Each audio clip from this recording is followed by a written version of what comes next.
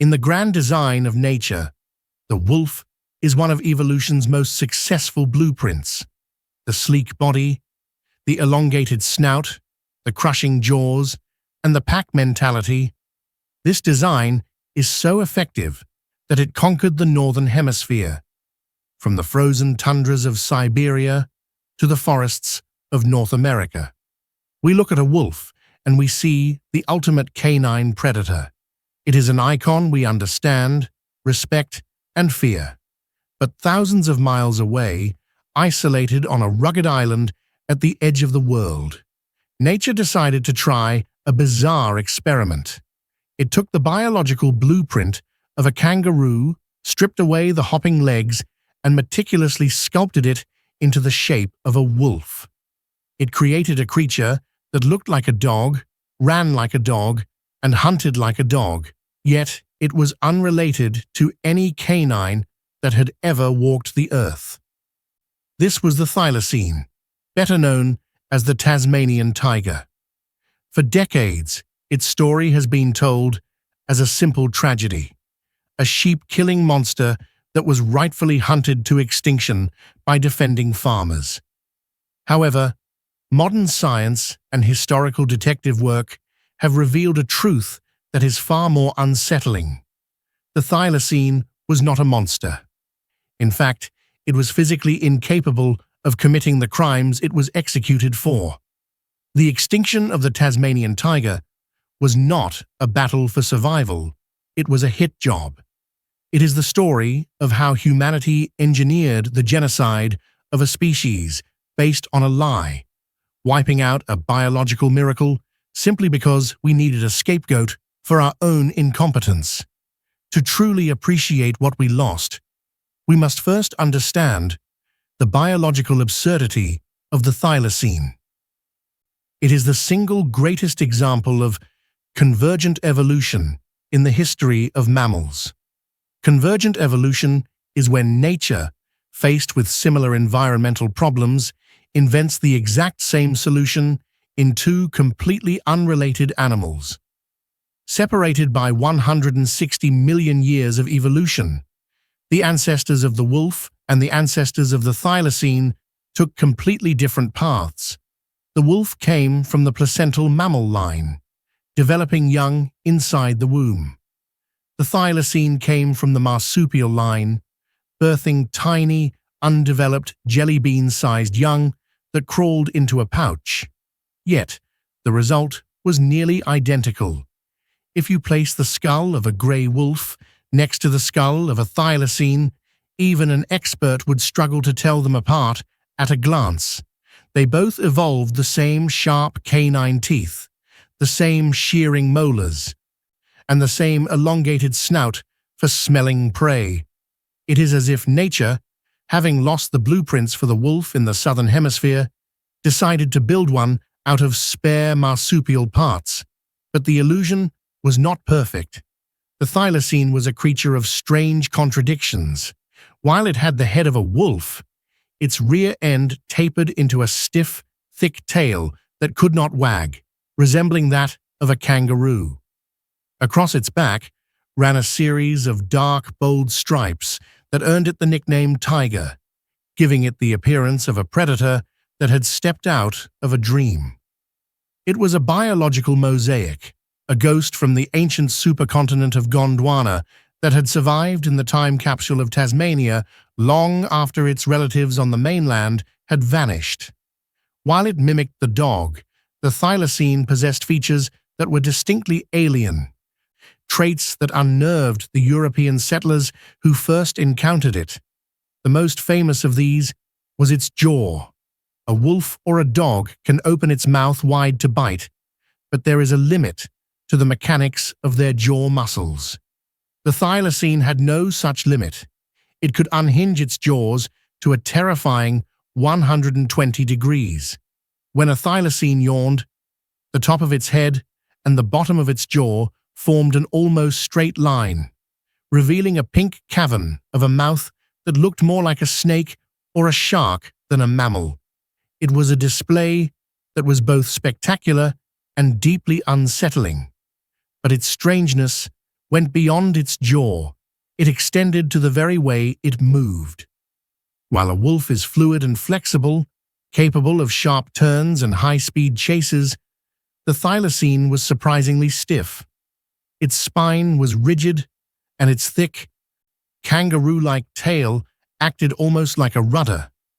This meant that while it could trot for hours with incredible stamina, it lacked the agility of the feral dogs that were introduced to the island. It couldn't turn corners quickly. This biological stiffness proved fatal.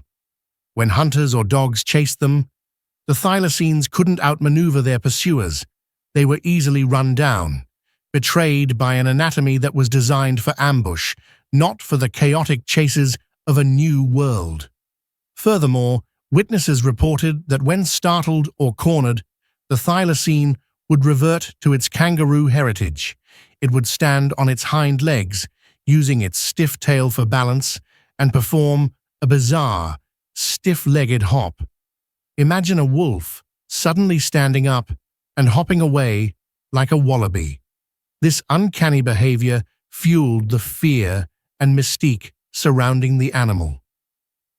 It was not just a predator, it was a freak of nature, an unknown variable in a land that the settlers were trying to tame. Perhaps the most surprising feature, however, was found in the males. In almost all marsupials, only the female has a pouch for carrying the young. The thylacine was unique. The males also possessed a pouch-like structure called a scrotal pouch. This was not for carrying babies, but for protecting their reproductive organs as they ran through the dense, thorny underbrush of the Tasmanian bush. It was a creature perfectly adapted to its environment, a master of the dense forests and scrublands. When European settlers arrived in Tasmania in the 19th century, they brought with them a massive sheep farming industry. This was the economic backbone of the colony. But there was a problem. The sheep were dying. Farmers were finding their livestock dead, often with mysterious injuries. The losses were mounting, and the farming companies were facing financial ruin. They needed a culprit. They couldn't blame the harsh landscape, their own poor management, or the packs of feral dogs that they themselves had introduced to the island. They needed a monster. The thylacine was the perfect candidate. It was strange, it was a carnivore, and it lurked in the shadows. The narrative was crafted quickly and ruthlessly. The Tasmanian tiger was a bloodthirsty vampire that drank the blood of sheep and killed for sport. To sell this lie, staged photographs were even circulated, showing taxidermied thylacines posed next to chickens or lambs, cementing their image as poultry thieves and livestock killers in the public mind. This accusation launched one of the most systematic extermination campaigns in history. The Van Diemen's Land Company, and later the Tasmanian government, placed a bounty on the head of every thylacine. £1 for an adult, 10 shillings for a pup. It was a lucrative business. Tiger hunting became a profession. Between 1888 and 1909, the government paid out bounties for 2,084 carcasses. The real number of kills was likely much higher, as many hunters did not claim the reward or killed the animals for their fur. But here is the twist that history hid for a century. The thylacine was innocent. Modern biomechanical analysis of the thylacine skull has revealed a shocking truth. By scanning preserved skulls and simulating bite forces, scientists discovered that the thylacine's jaw, while capable of opening wide, was remarkably weak.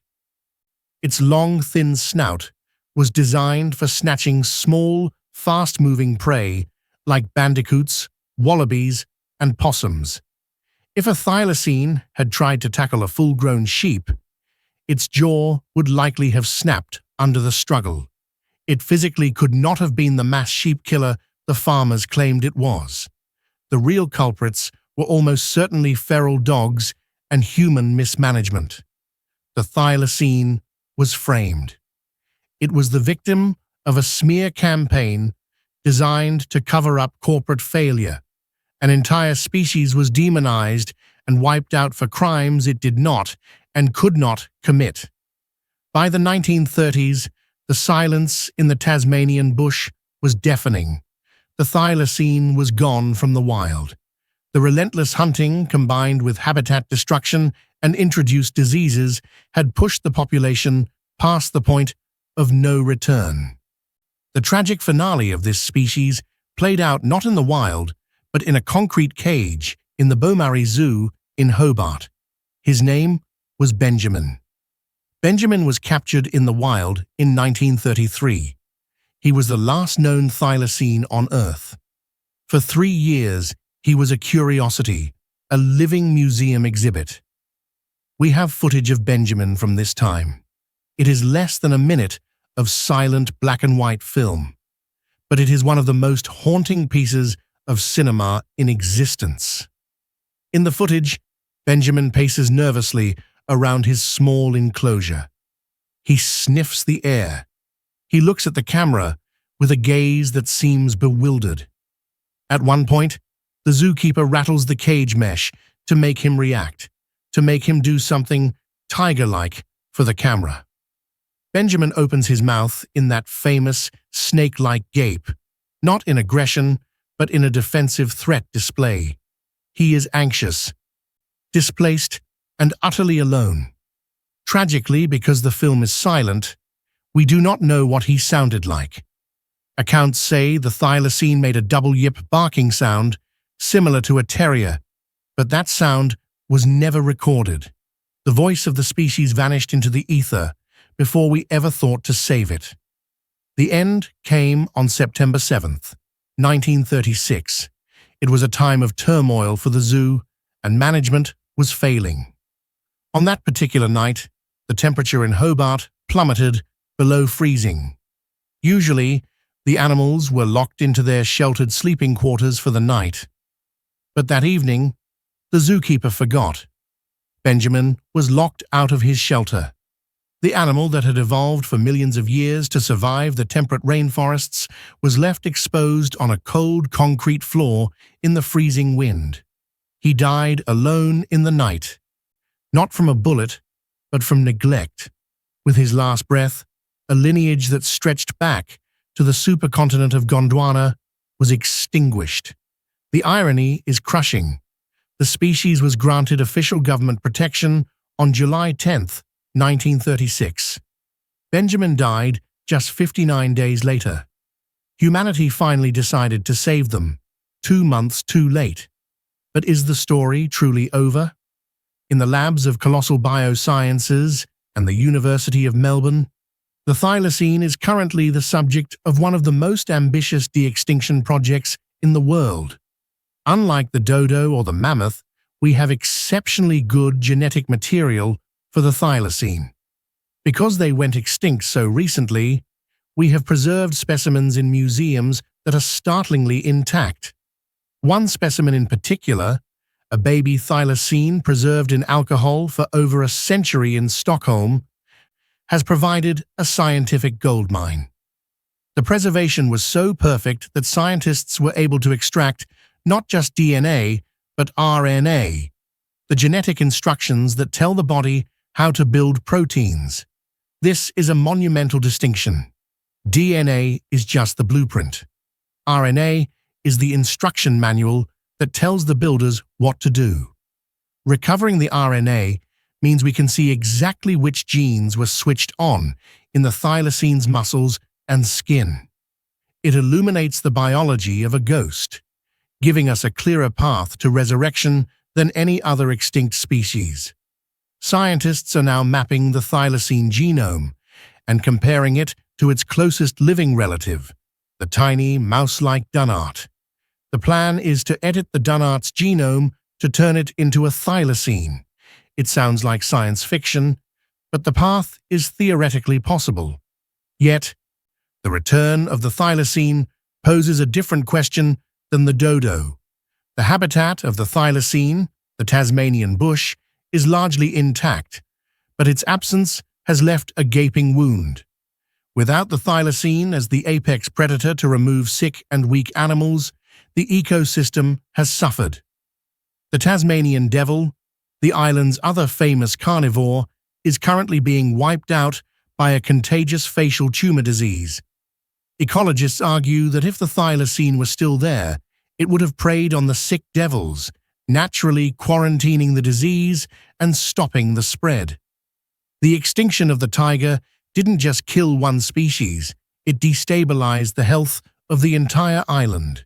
In theory, the thylacine could come home, but the shadow of the past looms large. If we bring it back, are we bringing it back to a world that respects it? Or are we just repeating the cycle of arrogance? The monster we killed was a ghost of our own making. The real thylacine was a shy, specialized hunter that wanted nothing to do with us. The story of the thylacine is not just about the loss of an animal.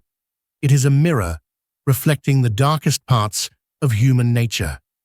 We see in the thylacine our capacity for prejudice. We see how easily we can turn a living creature into a villain to suit our economic needs. We see how quickly we can destroy what took eons to build. Benjamin pacing in his cage is a haunting reminder of what we did. He wasn't a sheep killer. He wasn't a monster. He was a marvel of convergent evolution, a unique solution to the puzzle of life that will never naturally appear again.